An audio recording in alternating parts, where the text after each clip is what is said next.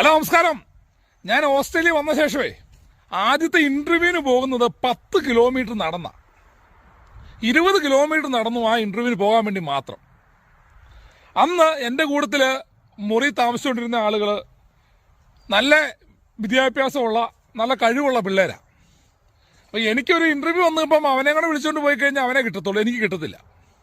അതുകൊണ്ട് ഞാൻ ആരോടും പറഞ്ഞില്ല. അങ്ങനെയാ സാധാരണ നമ്മൾ രക്ഷപ്പെട്ടിട്ട് വേണമല്ലോ വേറൊരാൾ രക്ഷപ്പെടാൻ. അങ്ങനെ എല്ലാ മനുഷ്യരും അങ്ങനെ തന്നെയാണ് ചിന്തിക്കുന്നത്. ഞാൻ ഈ ഇന്റർവ്യൂവിന് പോകുന്നതിന് മുമ്പ് തലേ ദിവസം തന്നെ നടന്നു പോയി. രാവിലെ 6 മണിക്ക് എഴുന്നേറ്റ് അങ്ങോട്ട് 5 കിലോമീറ്റർ നടന്നു, തിരിച്ചിങ്ങോട്ട് 5 കിലോമീറ്റർ നടന്നു.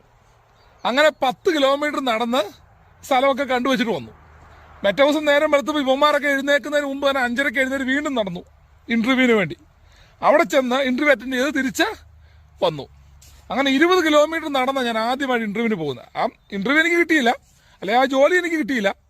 പക്ഷെ എന്നാലും അത്രയ്ക്ക് കഷ്ടപ്പെട്ട ഈ വിദേശ രാജ്യങ്ങളിലൊക്കെ വരുന്ന ആളുകൾ രക്ഷപ്പെടുന്നത്.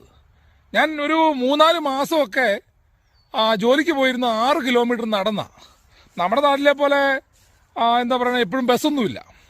അപ്പോൾ അതുകൊണ്ട് രാവിലെ എഴുന്നേറ്റ് നടന്ന് ജോലിക്ക് പോവും, തിരിച്ച് ജോലി കഴിഞ്ഞ് നടന്ന് വീട്ടിലേക്ക് വരും. പിന്നെ നല്ല ചൂടായിരിക്കും ചില സമയത്ത് ഭയങ്കര തണുപ്പായിരിക്കും. ഈ തണുപ്പും ചൂടൊക്കെ സഹിച്ചാണ് നമ്മൾ നടക്കുന്നത്. അങ്ങനെയൊക്കെ നടന്നും കഷ്ടപ്പെട്ടൊക്കെയാണ് ഇവിടെ രാജ്യങ്ങളിൽ വന്ന ആളുകൾ രക്ഷപ്പെട്ടു പോകുന്നത്. പിന്നെ നിങ്ങൾക്കറിയില്ലെങ്കിൽ ഞാൻ പറഞ്ഞുതരാം. ഈ യൂറോപ്യൻ രാജ്യങ്ങൾ ആദ്യം വരുന്ന ഒരു 99% ആളുകളും പഴയ സാധനങ്ങൾ മേടിച്ചാണ് ജീവിക്കുന്നത്.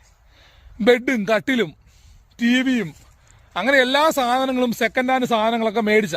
അതല്ലെങ്കിൽ പിന്നെ UK കുറേ നാൾ താമസിച്ച്, അല്ലെങ്കിൽ അയർലൻഡിലൊക്കെ താമസിച്ചിട്ട് വേറെ രാജ്യങ്ങളിലേക്കൊക്കെ പോകുന്ന ആളുകളാണെങ്കിൽ അവരുടെ പൈസ കൊണ്ട് അവർ വരുമ്പോൾ പുതിയ സാധനം മേടിച്ച് ജീവിക്കും. പക്ഷെ മുക്കാൽ ആളുകളും ഈ സെക്കൻഡ് ഹാൻഡ് സാധനമൊക്കെ മേടിച്ച്, സെക്കൻഡ് ഹാൻഡ് വണ്ടിയും സെക്കൻഡ് ഹാൻഡ് സാധനങ്ങളൊക്കെ മേടിച്ചാ ജീവിക്കുന്നത്. ഇത് നമ്മൾ പറയല്ലേ, പണ്ടൊക്കെ നമ്മുടെ നാട്ടിൽ നിന്നൊക്കെ ആളുകൾ ഈ മലബാറിനൊക്കെ കുടിയേറും. നാട്ടിൽ നിന്ന് ഒരു ചാക്ക് അരിയും കുറച്ച് ഉണക്കമീനും ഒക്കെ ആയിട്ട് അങ്ങോട്ട് പോകുന്നത്.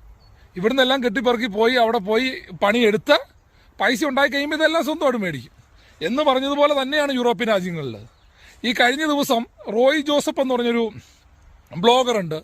പുള്ളി ഒരു മനുഷ്യ സ്നേഹിയാണ്, കുറച്ച് സഹായങ്ങളൊക്കെ മനുഷ്യർക്ക് ചെയ്യുന്ന UK ഒരാളാണ്. അയാളെ പൂരം തെറിയ, അദ്ദേഹം പൊങ്ങനാന്നും പറഞ്ഞു.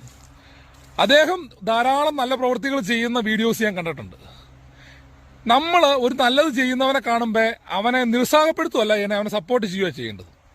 അവന് എല്ലാ മനുഷ്യനും ഓരോ കുറവുകളൊക്കെ ഉണ്ട്. പക്ഷേ അദ്ദേഹം ചെയ്യുന്ന പ്രവൃത്തി നിങ്ങളിൽ പലർക്കും അല്ലെങ്കിൽ നമുക്കാർക്കും ചെയ്യാൻ പറ്റുന്നില്ല. അതാണ് നമ്മൾ മനസ്സിലാക്കേണ്ടത്. ഈ കഴിഞ്ഞ ദിവസം എൻ്റെ ബ്ലോഗിൻ്റെ അടിയിൽ വന്നൊരു മനുഷ്യൻ, ഒരു മാന്യ മനുഷ്യൻ, ജിനി ചാക്കോ എന്ന പുള്ളിയുടെ പേര്. പുള്ളി നിങ്ങൾ കണ്ടിട്ടുണ്ടാവും, കണ്ടിട്ടില്ലെങ്കിൽ ഈ ഫോട്ടോ ഇന്ന് കണ്ടു. ഈ മനുഷ്യനെ ഞാൻ തായോളി എന്ന് വിളിക്കുന്നില്ല, കാരണം അത് കുറഞ്ഞു പോവും, അതുകൊണ്ടാട്ടോ. ഈ പുള്ളിയുടെ കമൻ്റൊക്കെ ഡിലീറ്റ് ചെയ്തിട്ട് പോയി. സ്വന്തമായിട്ട് ഫേസ്ബുക്ക് പേജില്ല. പെണ്ണും പുള്ളിയുടെ ഫേസ്ബുക്ക് പേജിൽ നിന്നാണ് പുള്ളി ഈ കമൻറ്റ് വിടുന്നത്.